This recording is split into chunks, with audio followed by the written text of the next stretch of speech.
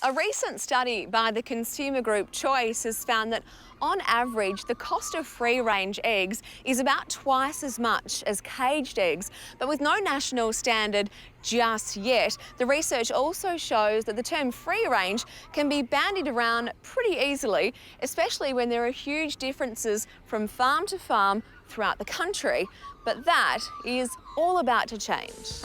During its recent investigation, Choice looked at 55 products and found no consistency in the definition of free range. Farms were found to have anywhere between 1,000 hens per hectare to 20,000 per hectare, and despite the massive difference, still class themselves as free range and charge a higher price for the product.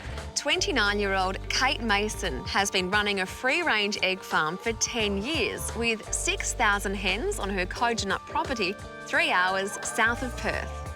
Kate, the term free-range is really broad in Australia at the moment. What does it mean for you here? So our hens are ranging 900 birds per hectare. We've got 7 rotational areas around the shed. At night time, we don't even lock them in anymore because we've got these Maremma guard dogs, and they will kill any foxes that come in here and actually any other species that comes in here.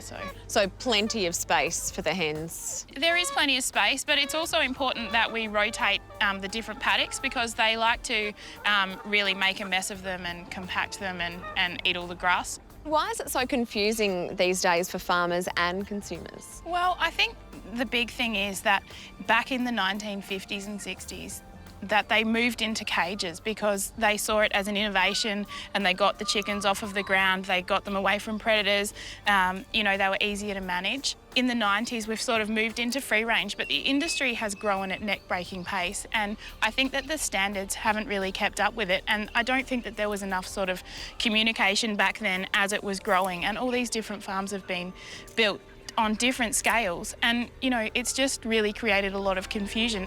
This is what we're paying on average at the checkout. Caged eggs are 55 cents per 100 grams, barn-laid eggs are 71 cents, and free range are 99 cents. After years of pressure from farmers, activists and the public, state and federal governments have finally agreed to work on a national standard that'll define free range, and that'll be enforced all around the country. 65% of us bought free-range eggs in the last year, and those surveyed said they were trying to buy ethically. People are trying to do the right thing and buy free-range. Are we on the right track in doing that?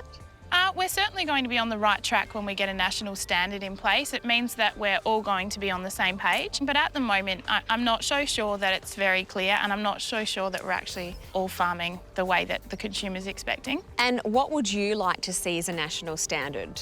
I think that the 10,000 birds per hectare, which if you actually break it down is 1 bird per square metre in the outside range, I think that that would be fair to bring in. I certainly wouldn't be changing anything that I'm doing here because this is what we believe in, but I really do think that we need to be realistic about the whole thing.